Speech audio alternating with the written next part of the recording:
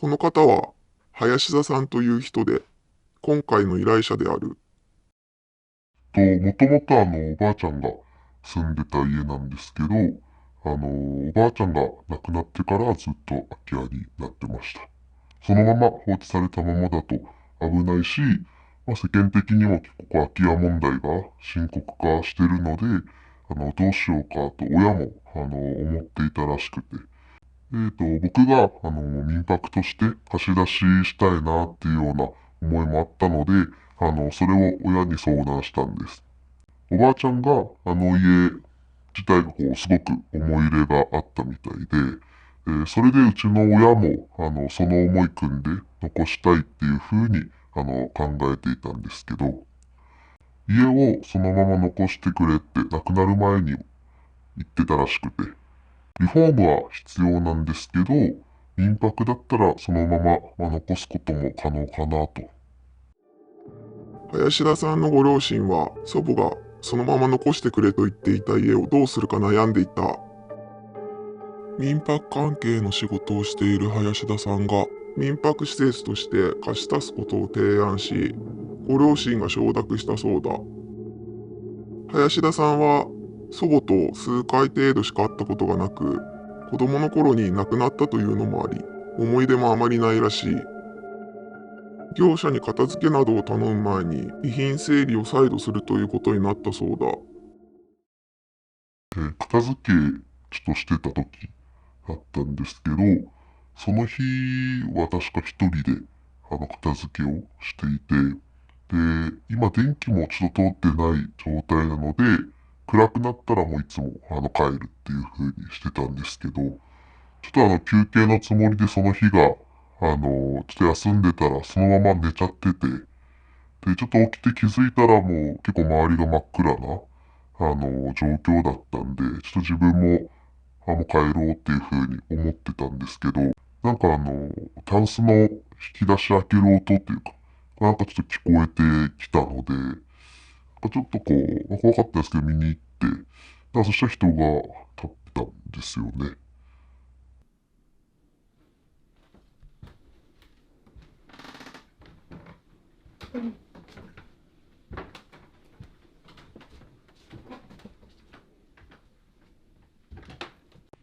こっちです。ここの部屋です。すいません。ここから土足禁止で頼みます。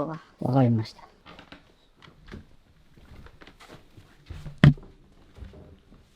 ここにいました。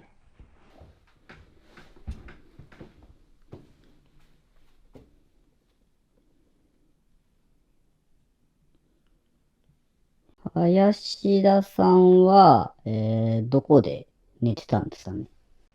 こっちで寝てました。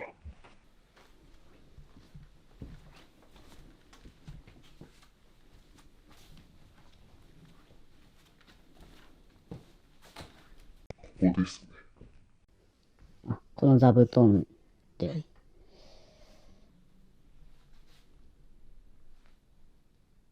ここの襖っていうのは、閉まったままだったんですかね。そうですね。閉まったままでし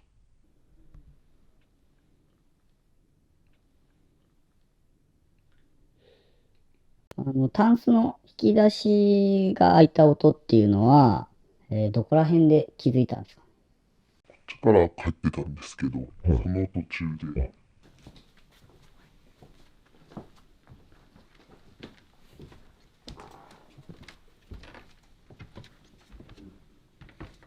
ここで気づきましなるほど。帰る途中で。た。はい。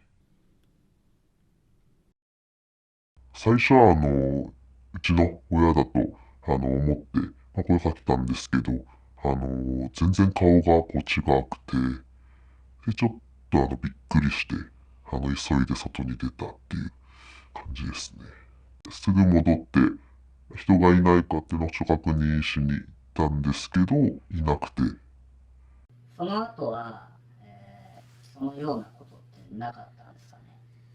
その後はちょっと行ってなくて、っていうのも片付けとかももう一通りは終わってて、あとは業者に頼もうかなと思ってたっていうところもあったので、ただちょっとこう思い返すと、その前にも変なことがあって、物が勝手に倒れたりとか。あれ見るまでは何とも思ってなかったんですけど、林田さんはタンスの前にいた人を霊だと思ったという。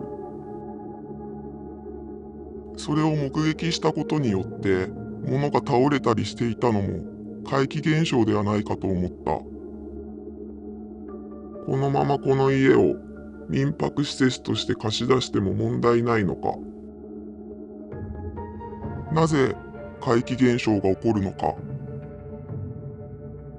我々の動画を見たことがあった林田さんは怪奇現象が起こる原因を知りたいと思い我々に連絡をしてきた。林田さんは、タンスの前にいた人を見たって言ってましたけど、その人の顔に見覚えとかってありました？いや、全く知らない人でした。おばあさんの顔に似てたとか、その雰囲気とか。男の人でした。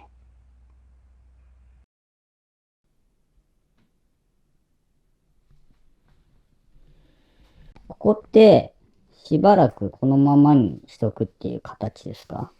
そうですね。ちょっと、自分も今仕事がだいぶ忙しくなってきてて、民泊の話も一旦白紙にしようかなと思ってます。なるほど。まあちょっと数日か数ヶ月かちょっとわかんないですけど、その間自由に出入りさせてもらっても大丈夫ですかね？大丈夫です。そういえば林田さん、このことってご両親にはなんか話とかしたんですかね？いや、ちょっと親には、話しても信じてもらえないと思いますし、特に母がそういった話が大嫌いで、なるほど。うん。わかりました。じゃあ今日はもう出ましょう。で、後日また来るので、わかりました。後日我々は2人体制で調査をしようとしていたのだが予定が合わず1人で調査を行うことになった。撮影者は前回林田さんと一緒にいた人物ではない。前回林田さんと一緒にいた人物は W。今回一人で調査をするのが A。一人で調査するのを A に選んだ理由としては、霊感も強く単独の調査に慣れているためであった。これまでのいきさつを話し、怪奇現象が起こる原因となるものがあるのか、男の霊はなぜ現れるのかを調べてほしいと A に伝えた。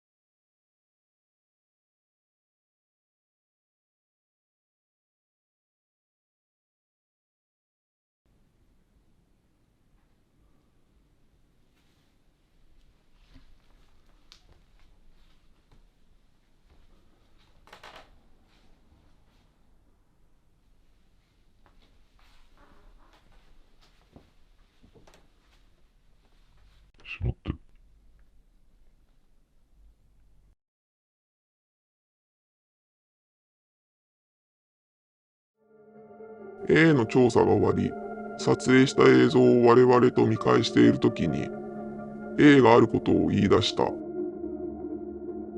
タンスの前に男の霊がいた。多分、林田さんが見た霊と同じではないか。タンスの引き出しを開ける音がして部屋に行った。映像も撮れているはずだ。A が撮影した映像をすべて見返したが、そこの部分の映像はなかった。A にその時の時刻を確認し、暗視カメラの映像を確認したが、A は寝ていた。A は混乱しながらも、起きていたし、確かに撮った、と言った。我々も A が嘘をついているとは思えず、映像を見ながら再度確認をしたが、映像はなかった。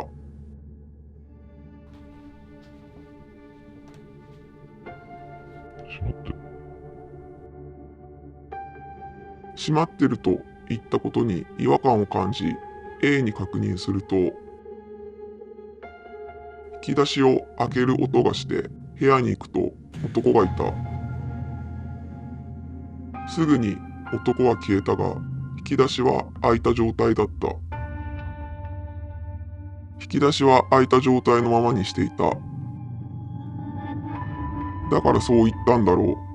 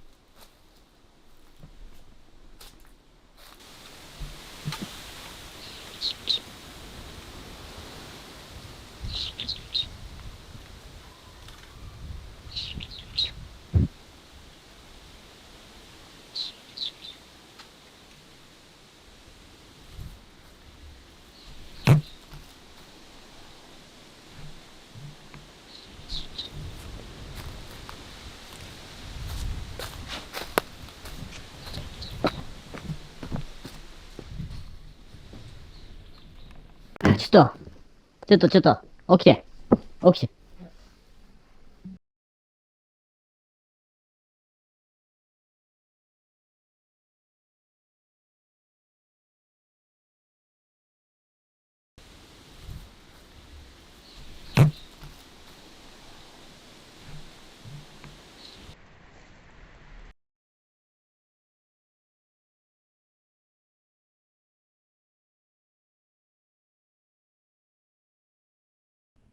いや、普通に寝てたわ。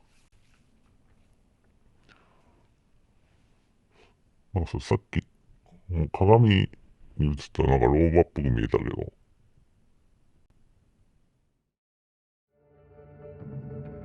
この時点で我々が分かっていることは、夢の中で男の霊を見ることと老婆らしき霊がこの家にいるのではないかということであった。男と老婆は何かしらの関係があるのか。我々は手がかりを求めて数ヶ月の間調査を行った。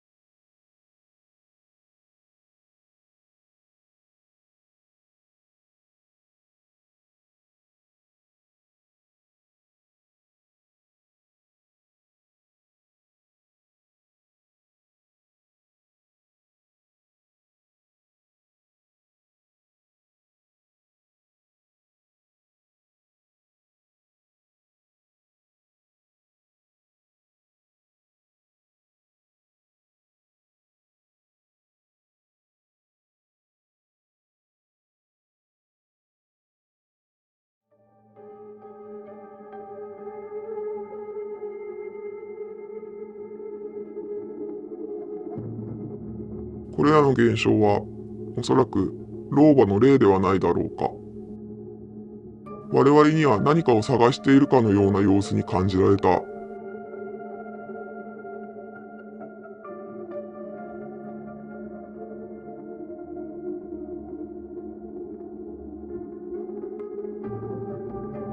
数ヶ月調査をしたが、老婆の霊が何を探しているのか、何を伝えようとしているのかわからなかった。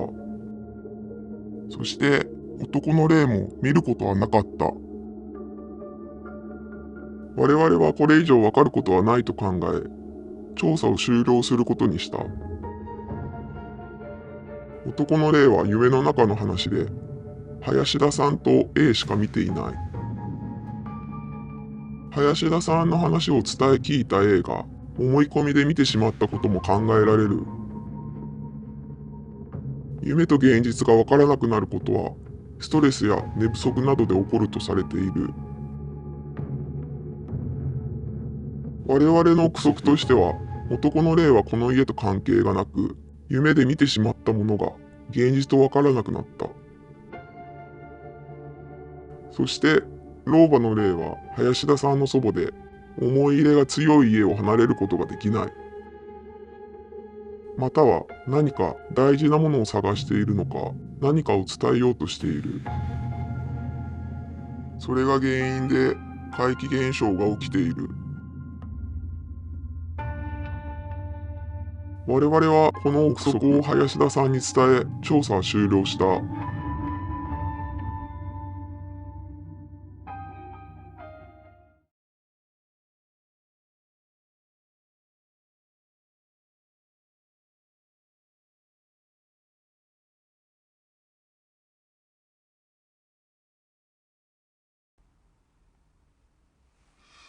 僕がもっと早く話してれば。我々が調査結果を伝えた後、林田さんは祖母の家を民泊にすることをやめようと思ったそうだ。両親にどう伝えようか悩んだそうだが、林田さんが体験したことをありのままに伝えた。両親には信じてもらえないと思っていたが、男の霊を見たと言った時に母の態度が変わった。そして話をすべて聞き終わった母が話し始めた。この家は1935年に林田さんの曽祖父が結婚を機に建てたものである。1年後、祖母が生まれた。それから数年後、曽祖父は遠い国の地で亡くなった。当時の日本ではよくあったそうだが、その後、曽祖母は曽祖父の兄と再婚する。曽祖父の兄は長男で体が弱かったためか、それらの出来事に巻き込まれることはなかったそうだ。祖母がそのことを知ったのは、父と思っていた曽祖父の兄が亡くなった後のことだった。祖母はその後、結婚して娘を産む。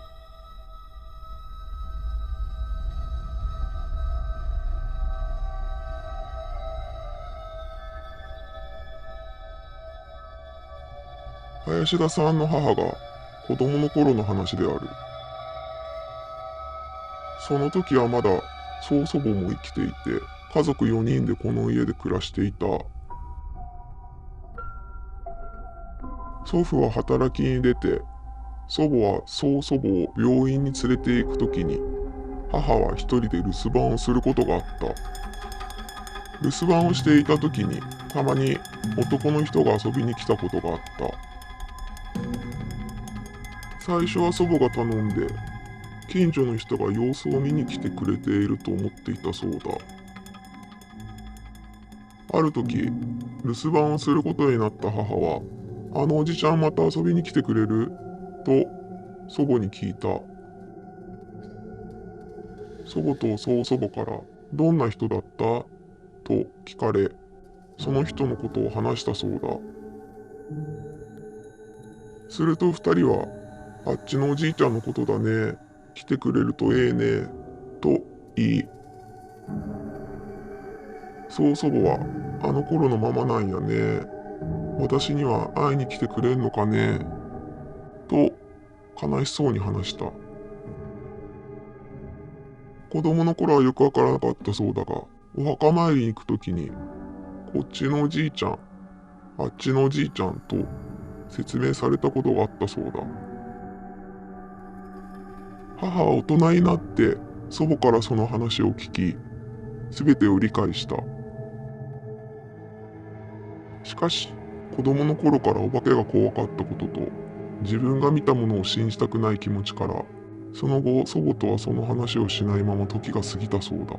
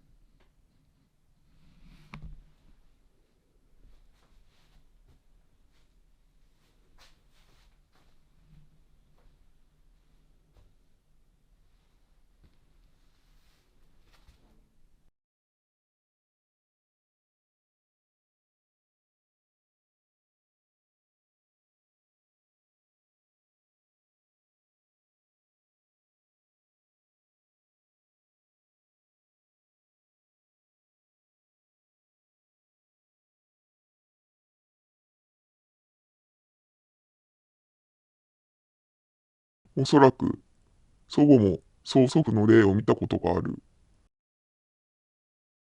父と思っていた曽祖父の兄が実の父ではないと知ったときに、祖母はそれが父であることを理解したのではないか。曽祖母はそのことを祖母から聞いて知っていたが、夢の中で見たことはない。なぜ私には会いに来てくれないのだろうか。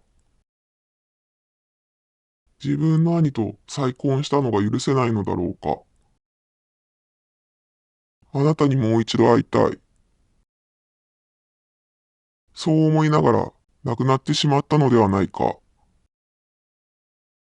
曽祖母は亡くなった後、この家で曽祖父と暮らしている。